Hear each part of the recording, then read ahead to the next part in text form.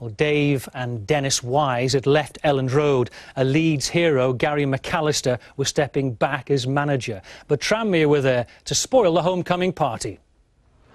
Gary McAllister back on home soil. 24,000 at Elland Road, the biggest League One gate of the day by a mere 17,000, were there to embrace one of their own. Gary McAllister, their title-winning midfielder from 16 years ago, in the Leeds hot seat after Dennis Wise's fast train to the northeast.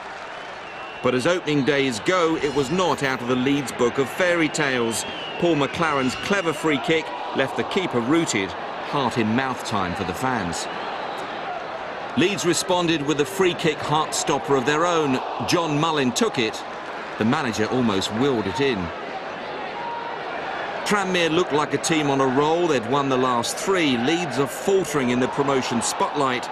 Rovers on loan teenager Jennison Myrie-Williams' name may be a tight fit on Tranmere shirts, but Leeds fans will remember his stunning opener.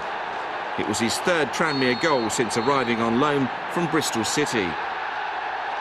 It got even worse for new boss McAllister. McLaren's free kick expertly headed home by Ian Moore, the son of Rovers boss Ronnie. A family double act, ruining McAllister's big day back at Leeds. Leeds have collected just 13 points from the last 33. Torre Andre Flo's anxiety summed up their day. Tranmere closed out the game for 3 morale-boosting points. Handshakes all round at the end. The new manager has a sharp learning curve ahead. We've got a big job ahead of us. I'm under no illusions what it is. You know, it's pure and simple, is to try and get out of this division. You know, and we've just got to get the balance right between, you know, when we can play football and playing winning football. So, just still looking forward to it. You know, even after that, you know, we're always wishing for the dream start, but it wasn't to be. But we look forward to next week. Two teams harbouring playoff aspirations met at Prenton Park, where Tranmere took precisely 2 minutes to establish a lead. Calvin Zola's strike may not have been the most convincing, but it still found a way through. It was always going to be a big ask for Orient to maintain that early season form, but they're there or thereabouts. Adam Chambers secured them a valuable point on the road. They left it late with an equalising goal in the closing minutes. 1-1.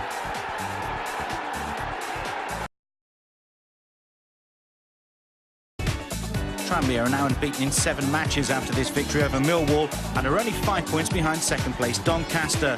Tranmere took the lead when Andy Taylor's pile driver deflected into the net. Taylor has been credited with the goal, and his boss Ronnie Moore was delighted with the start of the victory, saying that Rovers ran Millwall ragged and were never under any real pressure. His counterpart Kenny Jackett admitted that the Lions didn't fight hard enough, especially after going 1 down. They conceded a second when the scorer Ian Moore got the better of Andy Frampton before carefully placing his second goal since returning to Prenton Park past keeper Rhys Evans. Defeat leaves the Londoners a point above the bottom 4.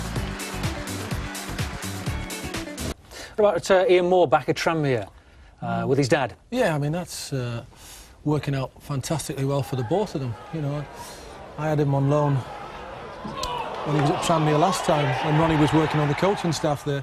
I took him to Bradford. He didn't do as well as he's doing for his dad, I have to say. But he's a player who'll score goals. Underachieved last season when he was at Leeds, never really got an opportunity to play. Went on to Hartlepool, and now he's doing the business that's back at the club where he started his career. There's a few clubs in League One, isn't there? You'd say, well, you know, should be in the Championship if you like. You know, obviously you talk about Leeds, Nottingham Forest, Swansea now. Tranmere probably would be a Championship club, wouldn't they, in a normal season? Yeah, absolutely. I mean, I played against a very good Tranmere side for a lot of years in the Championship, and you know, John Aldridge and people like that. Of course, yeah. So they were always a very, very good side, and I think, you know, they're making real strides to get back there. Okay, yes, and up against Tranmere, unbeaten in 7 games and going really well themselves. And they've got Calvin Zola, who's not really done it yet, but probably, like Patrick Adjumang before he started scoring goals, is probably capable of making the move. He is. I mean, this guy's a real handful, and he's a brilliant target man. He's got good ability, good pace, and certainly he's threatened really to set things alight for a while. But he's still a good player. It's good to see Tranmere getting there. Ronnie Moore's doing a great job. Again, you know, they bounced back, having a good run. And they're looking to finish the season well, and certainly he's a big part of that. 5 goals for him so far this season. 2. It all got a bit heated at the Memorial Ground. Referee Kevin Friend hardly endeared himself to promotion-chasing Tranmere. Tackles were flying in as he booked 3 visiting players. It culminated with a straight red for Stephen Jennings for a wild challenge on Chris Lyons. It led to a mass scrum on the field as Tranmere were reduced to 10 men. It seemed only to inspire Ronnie Moore's men. Paul McLaren's free kick picked out Tony Kay, and his header beat Steve Phillips with 16 minutes left. The FA Cup quarter-finalists looked dead and buried, but with 9 minutes remaining, they salvaged a point. Stuart Campbell chipped the ball goalwards, and Craig Disley dived in for his 7th goal of the season.